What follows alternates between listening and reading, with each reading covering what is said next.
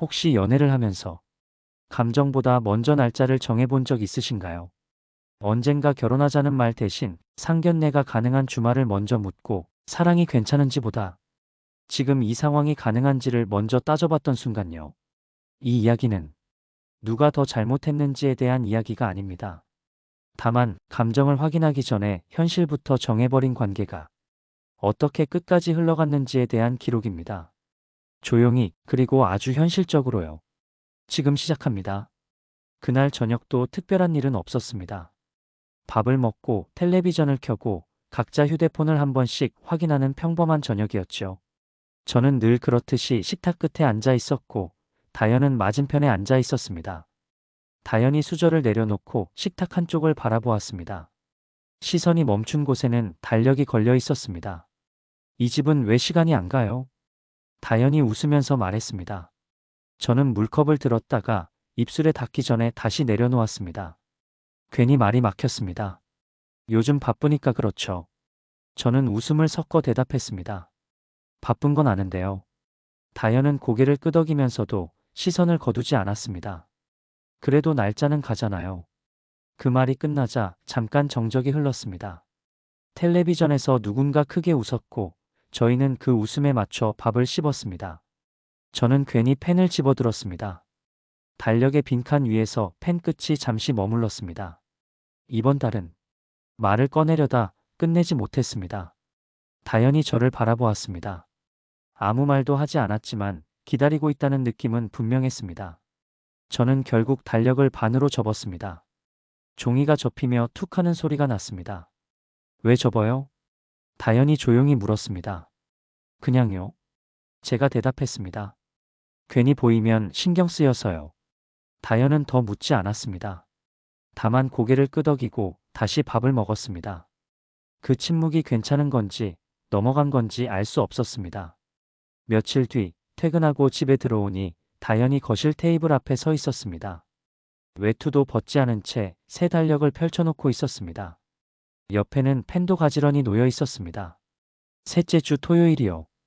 제가 인사도 하기 전에 다현이 말했습니다. 무슨 토요일이요? 제가 신발을 벗다 말고 물었습니다. 다현은 달력 위 날짜를 손가락으로 짚었습니다. 이미 빨간 동그라미가 쳐져 있었습니다. 상견례요. 저는 달력에 적힌 글자를 다시 한번 확인했습니다. 제 글씨는 아니었습니다. 이 얘기 언제 이렇게 된 거예요?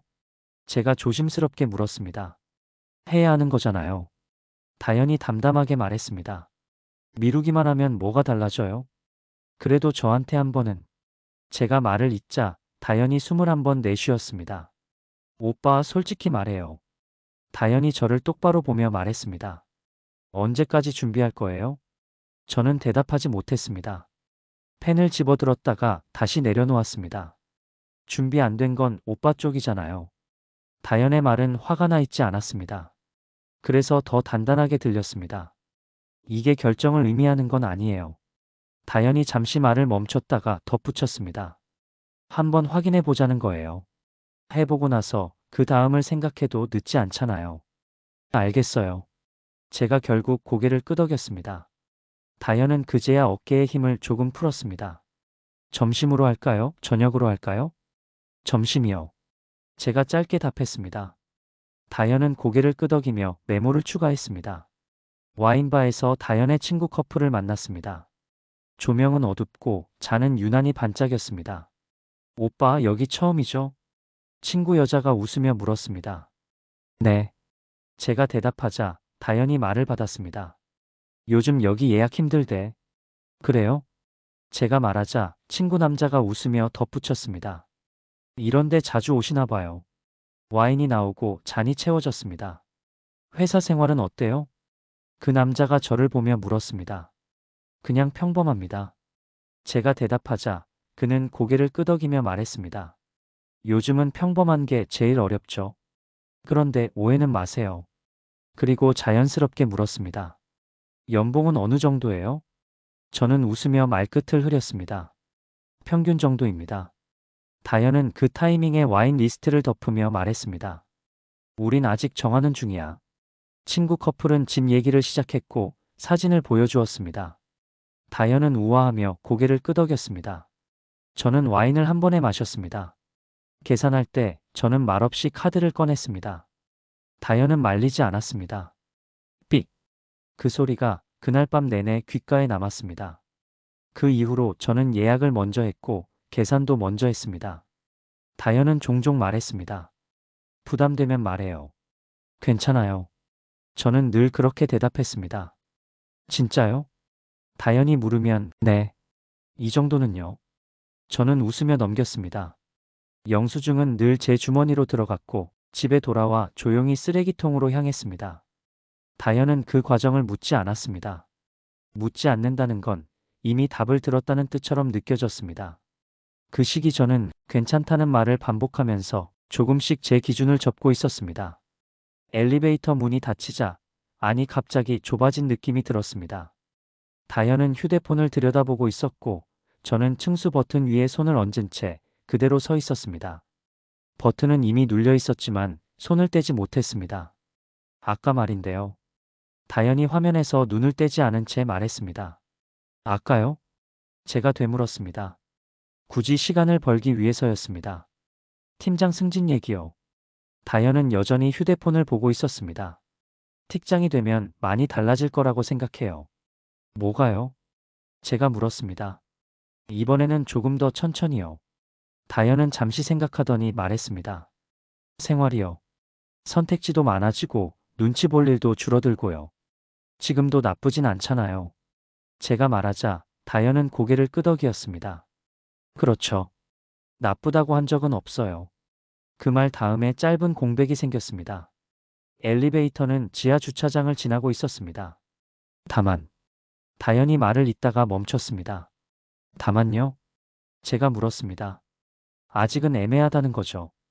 다현은 그제야 저를 보았습니다. 결정하기엔, 결정이라면. 제가 말을 흐리자 다현은 바로 이어 말하지 않았습니다.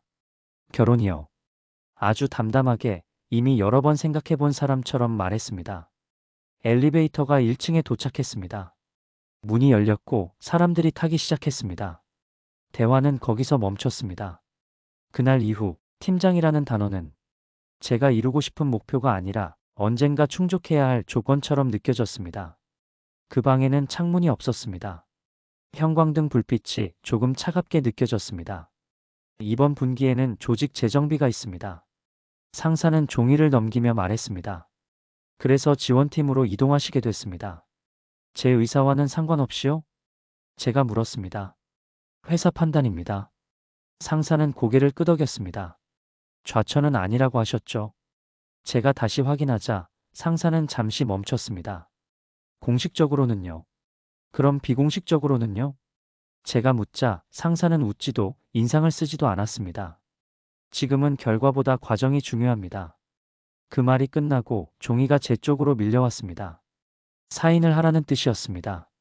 그날 오후 제 책상 위에 있던 물건들을 하나씩 상자에 넣었습니다. 다현이 골라줬던 머그컵, 함께 출장 갔다가 산 펜, 사진 한 장. 같은 팀 동료가 지나가며 말했습니다. 잠깐만 다른 데 가시는 거죠? 네. 제가 고개를 끄덕였습니다. 그날 집으로 돌아오는 길, 다현에게 메시지를 썼다가 지웠습니다. 여러 번 반복하다가 결국 아무것도 보내지 않았습니다. 집에 들어오니 다현은 소파에 앉아 있었습니다. TV는 켜져 있었지만 화면만 흘러가고 있었습니다. 오늘은 왜 이렇게 늦었어요? 다현이 물었습니다. 회사에 일이 좀 있었어요. 제가 외투를 벗으며 말했습니다. 요즘 계속 그렇네요. 다현은 리모컨을 내려놓고 저를 보았습니다. 무슨 일 있어요? 저는 잠시 서 있다가 맞은편에 앉았습니다. 테이블 위에 물컵을 한번 밀었다가 다시 당겼습니다. 회사에서. 말을 꺼냈다가 멈췄습니다. 회사에서요? 다현은 재촉하지 않았지만 기다렸습니다. 자리 이동이 있었습니다. 제가 말했습니다. 이동이요? 어디로요? 지원팀입니다. 잠깐이에요? 다현이 물었습니다. 일단은요. 제가 대답했습니다. 다현은 잠시 고개를 끄덕이었습니다. 요즘 그런 사람들 많아요. 괜찮아요? 네. 제가 짧게 대답했습니다. 괜찮으면 됐죠. 다현은 그렇게 말하며 자리에서 일어났습니다. 저는 씻고 올게요. 그날 우리는 같은 공간에 있었지만 각자 다른 생각을 하고 있었습니다. 며칠 뒤 다현은 외투를 입은 채 현관에 서 있었습니다. 가방끈을 고쳐 매며 말했습니다. 나 혼자 좀 있고 싶어요. 갑자기요? 제가 신발장을 닫으며 물었습니다. 갑자기는 아니에요. 다현은 문 쪽을 보며 말했습니다. 계속 생각해왔어요. 무슨 생각을요? 우리요. 다현은 짧게 대답했습니다. 그럼 같이 얘기하면 되잖아요. 제가 한 발 다가갔습니다. 지금은 그게 안 돼요. 다현은 한 발 물러섰습니다. 내가 뭘 잘못했어요? 제가 물었습니다. 다현은 잠시 침묵하다가 말했습니다. 잘못은 아니에요. 그럼 왜요? 설명하면 더 복잡해질 것 같아요. 다현은 문 손잡이를 잡았습니다. 나도 정리가 필요해요. 얼마나요? 제가 물었습니다. 다현은 대답하지 않았습니다. 문을 열고 나가기 전에 한번 돌아보았습니다. 오늘은 여기까지 할게요. 문이 닫혔고 잠금 소리가 났습니다. 저는 그 문을 두드리지 않았습니다. 그날은 말을 붙잡지 않은 손이 더 오래 남았습니다. 카페는 평일 오후답게 조용했습니다. 에스프레소 머신 소리도 멀리서 낮게 들렸고 창가에는 햇빛이 얇게 깔려 있었습니다. 다현은 창가 쪽 자리에 앉았고 저는 맞은편에 앉아 컵을 손으로 감싸쥐고 있었습니다. 여긴 여전하네요. 다현이 먼저 말했습니다. 예전이랑 똑같아요. 그러네요. 제가 고개를 끄덕였습니다. 자리도 그대로고요. 다현은 커피를 한 모금 마신 뒤 컵을 내려놓았습니다. 요즘은 좀 어때요? 그럭저럭입니다. 제가 짧게 대답했습니다. 그럭저럭이 제일 애매한 말인 거 아시죠? 다현은 웃지 않은 채 말했습니다. 회사 일은요? 다현이 다시 물었습니다. 정리 중입니다. 제가 말했습니다. 아직 완전히 정리되진 않았고요. 다현은 고개를 끄덕이었습니다. 그래도 계속 다니는 거죠? 네. 제가 답했습니다. 잠깐의 정적이 흘렀습니다. 다현은 창밖을 한번 보고 다시 저를 보았습니다. 그때 제 휴대폰이 울렸습니다. 테이블 위에서 진동이 길게 이어졌습니다. 모르는 번호였습니다. 급한 전화면 받으세요. 다현이 말했습니다. 아닙니다. 제가 말했지만 진동은 멈추지 않았습니다. 그래도 다현은 말을 잇지 않았습니다. 저는 통화 버튼을 눌렀습니다. 현성카드 고객센터입니다. 상대의 목소리는 또렷했고 카페 안이 유난히 조용하게 느껴졌습니다. 고객님, 지난달 결제 미납건으로 연락드렸습니다. 지금 통화가. 제가 말을 꺼내자 상대는 준비된 멘트를 이어갔습니다. 이번 주까지 입금이 어려우시면 연체 절차가 진행될 수 있습니다. 이미 안내 문자는 발송되었습니다. 저는 자리에서 일어나지 않았습니다. 휴대폰을 귀에 대고 시선만 테이블 아래로 내렸습니다. 확인해서 연락드리겠습니다. 제가 말했습니다.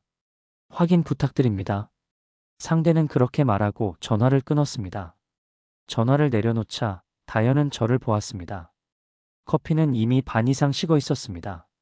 괜찮아요? 다현이 물었습니다. 네. 제가 대답했습니다. 방금 내용이. 다현은 말을 고르다 멈췄습니다. 괜찮은 건 아닌 것 같아서요. 잠깐 밀린 게 있어서요. 제가 설명했습니다. 큰 건 아닙니다. 다현은 고개를 끄덕이었습니다. 그럴 수 있죠. 그리고 덧붙였습니다. 다들 그런 식이 있잖아요. 그 말 뒤에 더 이어지는 말은 없었습니다. 커피는 끝까지 다 마시지 못했습니다. 며칠 뒤 퇴근하고 돌아오니 현관 앞에 상자가 놓여 있었습니다.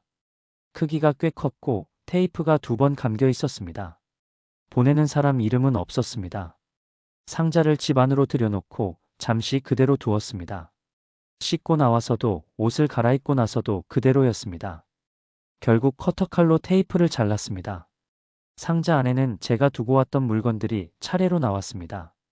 제 여분 칫솔, 제가 쓰던 면도기, 충전기, 여분의 옷, 그리고 출장 때 쓰던 작은 가방. 가방을 열자 동전 몇 개와 다현이 사줬던 립밤이 들어 있었습니다. 예전에 이거 어디다 뒀지? 하며 찾던 물건이었습니다. 상자 맨 위에는 메모 한 장이 놓여 있었습니다. 짐 정리해서 보냈어요. 서로 더 힘들어지지 않았으면 해요. 더 연락은 하지 않는 게 좋을 것 같아요. 메모를 다시 접어 상자 안에 넣었습니다. 그날 밤 다현에게 전화를 걸었습니다. 신호음이 몇 번 울리다 끊겼습니다. 다시 걸었습니다. 이번에는 연결되지 않았습니다. 문자를 보내려다 대화창 상단에 있던 이름이 번호로 바뀌어 있는 걸 봤습니다. 번호가 바뀌어 있었습니다. 그날 상자는 거실 한가운데 그대로 두었습니다. 치우지 않았습니다. 그날 밤 저는 다현의 집 앞까지 갔습니다. 우연을 가장한 방문이 아니라 의도한 선택이었습니다. 현관 앞에서 잠시 서 있었습니다. 초인종을 누르지 않고 문 앞에 서 있는 시간이 더 길었습니다. 문 안쪽에서 발소리가 들렸습니다. 잠금 장치가 풀리는 소리가 났고 문이 열렸습니다. 다현이 서 있었습니다. 외투를 입지 않은 채였습니다. 여기까지 올 줄은 몰랐어요. 다현이 먼저 말했습니다. 문자 보셨을까 봐요. 제가 대답했습니다. 답이 없어서요. 다현은 문을 완전히 열지 않았습니다. 몸 하나 들어갈 만큼만 열어두었습니다. 이렇게 오는 건 좀. 다현은 말을 끝까지 잇지 않았습니다. 알고 있습니다. 제가 고개를 끄덕였습니다. 그래도 한 번은 직접 말씀드리고 싶었습니다. 다현은 잠시 저를 바라보았습니다. 그 시선이 오래 머물렀지만 그 안에 질문은 없어 보였습니다. 무슨 말 하시려고요? 다현이 물었습니다. 정리하고 싶었습니다. 제가 말했습니다. 문자로는 잘 안 돼서요. 이미 정리된 것 같았는데요. 다현의 목소리는 낮았고 분명했습니다. 제가 아직이라서요. 제가 대답했습니다. 잠깐의 침묵이 흘렀습니다. 다현은 문 손잡이에 손을 올린 채였습니다. 그날 카페에서요. 제가 말을 이었습니다. 전화 왔을 때 설명을 못했습니다. 설명 안 하셔도 됐어요. 다현이 바로 말했습니다. 그래도 그게 문제였던 건 아니에요. 다현은 제 말을 끊었습니다. 오빠는 항상 설명하려고 하잖아요. 그럼 뭐가 문제였습니까? 제가 물었습니다. 다현은 잠시 고개를 숙였다가 다시 들었습니다. 계속 기다리는 사람처럼 느껴졌어요. 결정하는 사람이 아니라요. 기다리라고 하신 건 제가 말했습니다. 기다리게 만든 건 저죠. 다현은 고개를 끄덕였습니다. 그래서 더 이상 그렇게 두고 싶지 않았어요. 그럼 저는 제가 말을 잇다 멈췄습니다. 이제 각자 자리로 돌아가야 할 것 같아요. 다현이 말했습니다. 그 말 뒤에 다현은 문을 더 열지 않았습니다. 대신 한 발 뒤로 물러나셨습니다. 이렇게 끝나는 게 맞을까요? 제가 마지막으로 물었습니다. 다현은 잠시 생각하다가 말했습니다. 우리는 늘 날짜부터 정했잖아요. 감정은 나중이었고요. 그 말이 끝이었습니다.